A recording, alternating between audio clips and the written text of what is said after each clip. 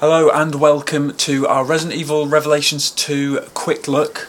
I'm Rich Walker and this is Dan Webb. Hello. And yeah, we're just going to be taking you through kind of the opening few moments of the campaign, which stars Barry Burton in this particular instance. And he finds a little girl called Natalia on this mysterious remote island. And she's freaky as well, right? She looks like she stumbled off the set of The Shining, if anyone's seen that movie. She's kind of creepy. She looks real as well. It's proper next-gen kind of uncanny valley. Yeah, well she, in the cutscene she looks odd. But yeah, she's actually like, if you've seen the gameplay from the Claire Redfield sections, she has a partner, Moira Burton, who is Barry's daughter.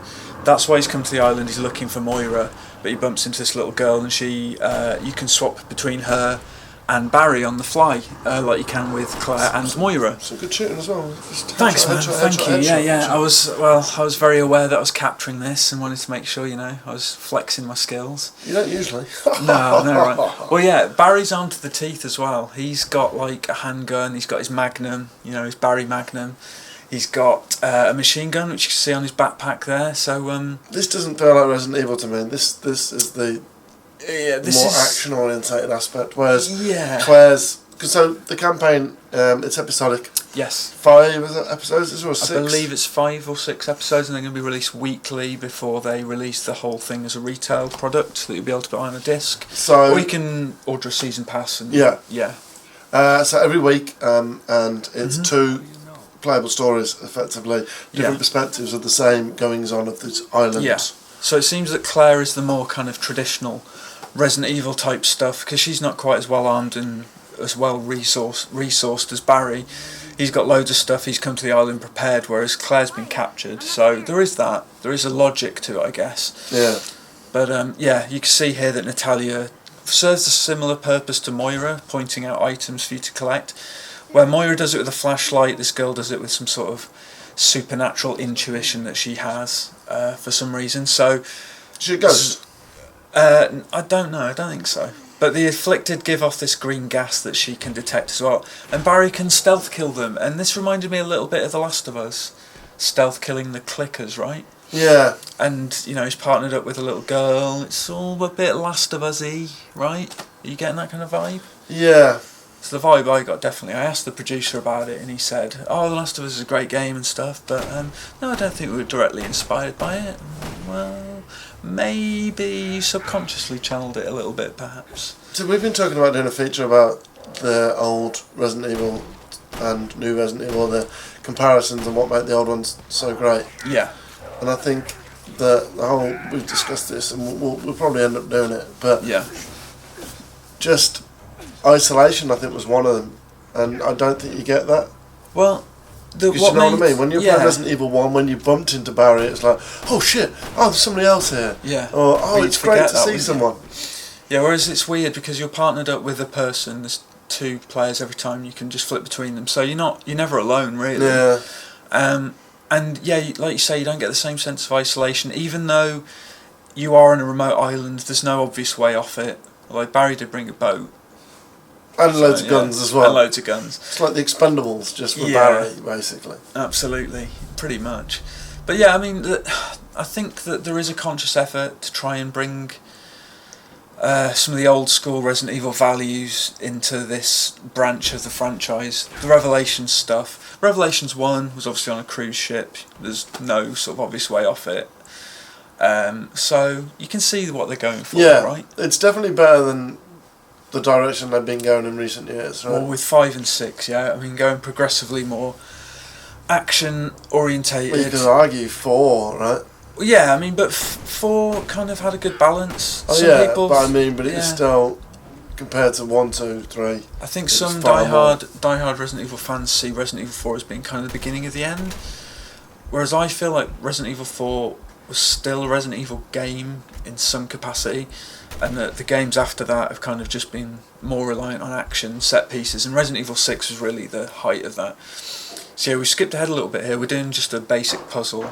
Well, that's what we're going to do in a lot, though, skipping ahead, right? Yeah, because there's bits where I died and stuff. How long is this? Did you do the entire Barry section? Yeah, I did the entirety of this. It's about an hour or so, is it? Yeah, roughly. I'd say about Yeah, an hour and a bit maybe. Same with Claire, right? Yeah, and this wasn't the entire thing, so if you're worried about spoilers, I don't think this is the entirety of Barry's episode. It's just we haven't really got any spoilers. It's a lot of puzzles, good environments. We just wanted to show off some of those. Absolutely. Working together, the kind of the mechanics there between Barry and his little friend. I mean, the environments look really cool as well, actually. You get a sense of the abandonment of this place. It's, flaking paint peeling off the walls, and it's quite decrepit and rusty. It's got that dodgy kind of bleeding effect. So this is where I got quite badly damaged, and I couldn't find a herb anywhere to heal myself. So I had to put up with this constant right? Well, it comes with an audio effect. It's all going zoom, zoom, zoom, zoom. And you're just so like, yeah, it drove me insane. I prefer the old effect where if you were holding your side, exactly. you knew you're one hit away from. Yeah, absolutely. So Natalia as well, she's not completely helpless. She can chuck bricks. She was when you were controlling her. But no, you're supposed to throw the brick as a distraction and then smack its head. Yeah. I thought you were just meant to. No, you think I was trying to aim that? Well, I don't know what you're trying to do. I was like, awful shot. Just smash it. I just started overkill. It never hurts to make sure, right? Look at that. It's actually weird the way she points as well. Like, there's a thing. Hello. There's a thing. So then she can, like Moira can in Claire's campaign, she can pick up stuff and then give it to Barry. But you have to do it in a menu and piddle about with that. It's a little bit awkward, but it's it works just fine. So yeah, there's some block moving stuff, classic Resi styley.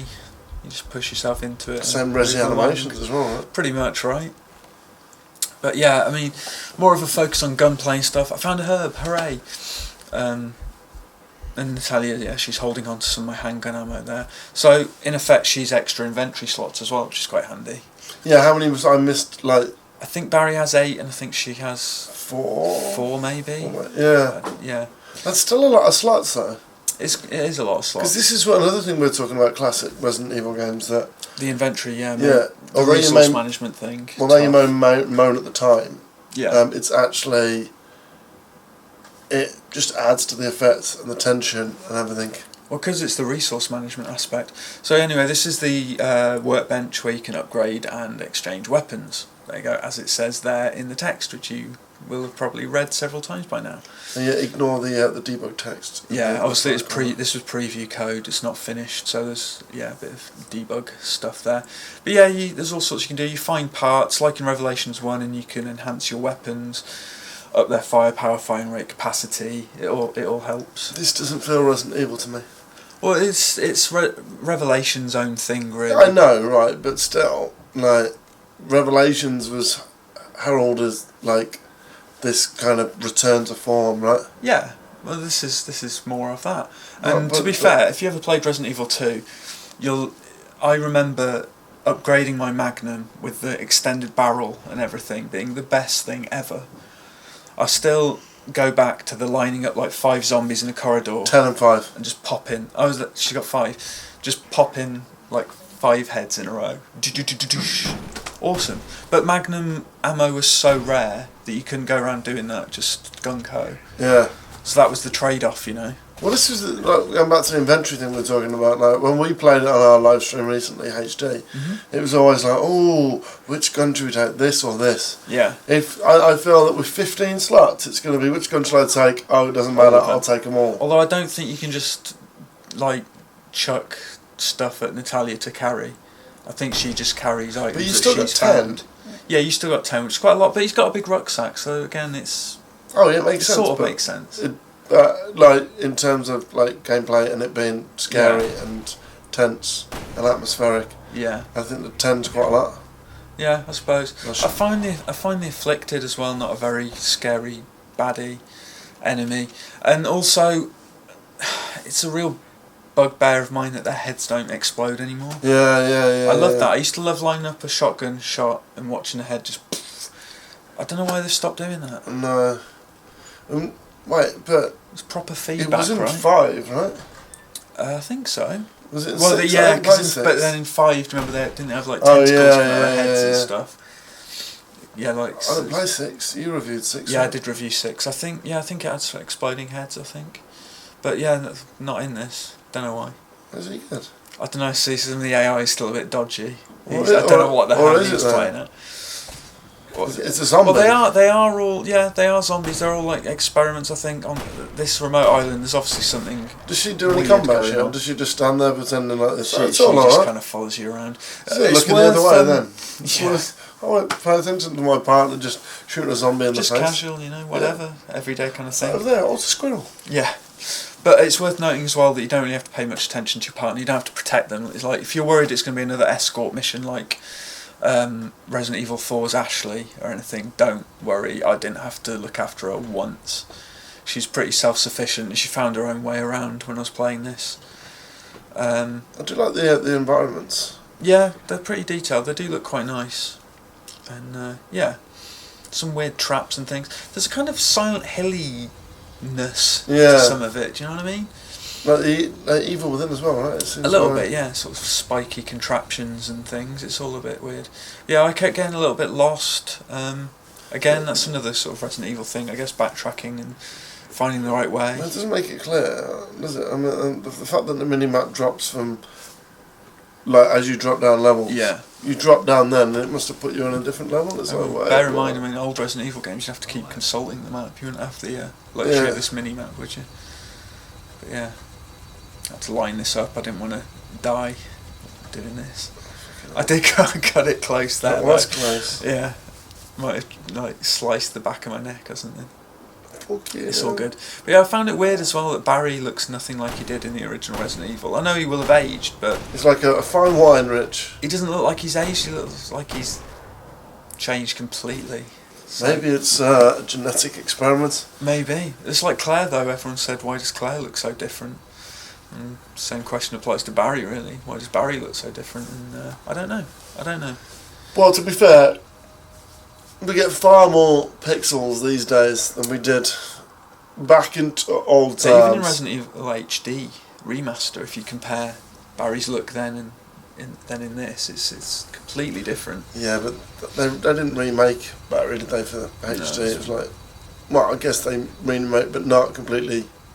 I know what you're saying. Yeah, I guess reinvented him. I found the stealth thing a bit hit and miss as well here. You see, like, it didn't sort of give me the option really to stealth kill him. Yeah. He became aware of me even though I was sneaking, so I don't really get that. But yeah, also when you're doing these Natalia sections, you can see where you need to go with the little footprints, marking where you need to go, so if you're ever lost, change to her. There'll probably be some glowing footprints telling you where to go. So yeah. It's a little cheap. Basically, she can crawl into small spaces and do little puzzles that you need to do, like shutting down. I like that. That's cool. That idea. Yeah. So yeah, she comes out of the hole again, and yeah, you did great. Well done, Natalia. Thanks. So we can get through this door and on to the next section. So yeah. Definitely got the feel of a kind of a Resident Evil game. It's got that claustrophobia, I suppose. It's got the corridors. It's got, there's a lot of. You can see they've made a conscious effort to go back to the roots. Yeah. And they do keep banging on about, we're going back to the roots, we're going back to the roots. They seem to say it every time, but this kind of does feel like it is going that way a little bit. For once. Yeah. And at this point, if you saw the TGS demo with Claire Redfield, you'll see that we've looped round into the environment that she finds herself in at the beginning of her section. So is this is where she wakes up in this prison. After, right? I guess so, yeah. I'm guessing in terms of timeline. Yeah, because it looks like Claire's long gone, right? All the cell doors are open. Closed. And the cog puzzle's been done, which is a puzzle for Claire. So yeah, I'm guessing Barry's bit comes after Claire's. But yeah, this is where Claire wakes up in her episode. So yeah. So they move a little bit faster. Yeah, some of them do. Yeah, I mean, you'll see an enemy I face later on that's sort of a bit more freaky, bit weirder. It's control room for the prison, and so what's your objective at the moment? Just to find... To get out of the prison, get to the antenna. Moira. You've got to find the antenna. There's a crate there as well, you can lockpick. Need Natalia's small hands though, which is weird. And there's a lockpicking mechanism with the sticks that you move around and you feel the bite of the what's in. You get like weapon parts and stuff out of there. So you've actually just set off, you've triggered the cell unlock, right, for all the cells? Upstairs. I thought they were already unlocked, so I'm not really sure. Upstairs they weren't. Oh, upstairs. Okay, so yeah, that's what I've done then. So they were all great. They're all red when you came upstairs. So you triggered Yeah, I just noticed this fella crawling, so... Oh, but I needed to reload, so I think I missed him. Oh no, I got him. There we go. Nice. No, you Shot didn't, him in Rich. the arse. No, you didn't, Rich. You're still going. Stay down, biatch. Still there you go. You're still going, Rich. Yes, I've spotted someone there. I've got quite good... I didn't even good spot awareness that. here, yeah, see, it's pretty dark, but I picked him out. Flipping out. They take some killing as well, actually. It's good that Barry's armed to the teeth, because he needs to be. That's right, I'll just back into a little prison cell, Rich. Well, I remember there being loads of items when I played with Claire the first time I played this, but obviously I guess they've all gone now. So again, switching to her gives you the way out. She crawls into another space. I'm sure we get lost, right? Yeah, I got lost and was like, where do I go? And where's all the stuff? So that's that Barry shines the light on you as you're doing stuff, because I couldn't see the hole then, really. Yeah, no, it was cool. Very faint. See, the teamwork aspect is quite a clever little mechanic. But there's nothing new there, right? No, not really. But it's, for Resident Evil, I guess it's new, isn't it? It's, something a bit different. There's been co-op before. There has been co-op, yeah, in Resi 6 and Resi 5. There's no co-op in this, right? It's just straight up. You can draw both characters. Do you know what? I think you might be able to take control of the second character. Really? I think you might be able to, yeah. Don't quote me on that, but I'm pretty sure you can. What's the point of that? 2-player, innit? Why not? The fuck did Barry get here? I don't know. Hey Barry, put that up. I got some more assault rifle. Bow, put it up, bow. So yeah, this is me buggering around with my inventory again. Another little puzzle there, right? It's not really a puzzle. Well, it kind of is. You just turn this on and it starts jetting flames, and you just turn it around to get it out of the way, basically. In fact, I'm not really sure why you turn it on. I'm sure there's a reason behind it. To open that up? Yeah, possibly. I don't know why I'm back in here. I'm like, the valves come off. Yeah, I think you have to do it to get the... Because it opens something, obviously. Yeah. You can see the cogs in my head whirring. Like, what am I doing? So yeah, this is where we go through to the next area. It's the open up the hill, and nice little surprise to kind of... Yeah, so we jump ahead again. I've just climbed a hill, not really much going on. Sure, there's something out here. And this is some freaky, nasty, afflicted... God. Again, a little bit Silent Hill-y here. There's certainly some Silent Hill influence going on. Yeah, which is weird, because Silent Hill almost went the Resident Evil route to start with, and then went its own trippy route. Right? Well, Silent Hill was always more about sort of psychological horror, right? Just weirdness, body horror, very strange things. I mean, Resident Evil's always had aspects of that, but I don't know. I guess I like that Resident Evil's trying to, do something different, and it's looking at other games that are scary and. Well, it looked like you had more spots then.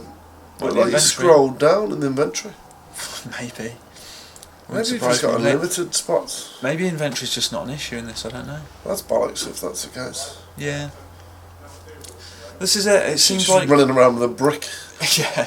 It does seem to me like Capcom are trying to cater to the widest audience possible, and that's why Resident Evil's kind of gone the way it has. So, if enough people complain about inventory and resource management, they'll be like, well, how can we... Yeah, you say that, and then Resident Evil HD was the most successful thing that Capcom's ever done. Put out. most on digital stores. Yeah, that's right. Their most best-selling or fastest-selling digital release. Yeah. I believe. But yeah, I mean, I kind of hope this does well. What I've played, I've enjoyed so far, but I guess it all hinges on really how well the other episodes play out. Does it warrant the fact that it's episodic? Well, the reason they did it, they told me, is because Revelations 1 was basically episodic anyway, so why not, do it, go the whole hog for this one. But what about people that play the first episode and then forget? Well, there's a previously on, isn't there? And they are weekly, so, No, I mean, forget to play the subsequent episodes. I've started TV shows and then forgotten to watch them. Well, I don't know, yeah, I mean, if you buy one episode and you don't like it, you're not going to play the others, are you? So it could backfire, I don't know. It's great with the consumer, right? But obviously not too incredible for Capcom. Well, the onus, I think, is on... I was confused as to what to do here, by the way. But the onus really is on Capcom to provide good cliffhangers at the end of each episode to make people want to come back for the next episode. It's behind you, I can see the shadow, Reg. I like how the girl is just so sort of casual. So this is a pretty fella, he's nice, he just wants a big hug. And a kiss. He's kind of stitched together from different bits. Some kind of weird Frankenstein's monster. He just wants a kiss, man. Yeah, he's pretty too, I don't know why I don't just oblige. So I'm trying to heal myself. It's all a bit fiddly when you're in the middle of a fight. Well, you could just run outside. Yeah, I'm sure there's probably a D-pad button as well to heal, like fast heal or something. Well, sure. This thing's just, the way it moves and everything's just freaky. He's a very bizarre boss. It's like Grobler, doing his like wavy legs in the air. Grobler. He does his like kind of wobbly legs when he's in the air. In the goal. Yeah. In the pedal to shut out. So this is where I get out the Barry Magnum, and it's time to finish him off. Oh, I missed one though. Barry Magnum. So that's downed him a bit. Let's get the assault rifle. Barry Magnum, that'd be a great name for like a kind of MacGyver style detective. Or a newsreader. Hey, I've noticed that big bubo on its leg. Well, you notice like 10 minutes after, it's like, oh, what's that? Oh, yeah, that's how you kill it then. And it's done. And that is the end of our playthrough of the Barry Burton portion of Resident Evil Revelations 2. Thank you very much for watching. And yeah, come back tomorrow and we'll be doing a raid. We've got 6 maps. Yeah, we'll be showing you 6 raid maps. Come back for that. Thanks for watching. Thanks again. See you later. Bye. Thank you. Bye.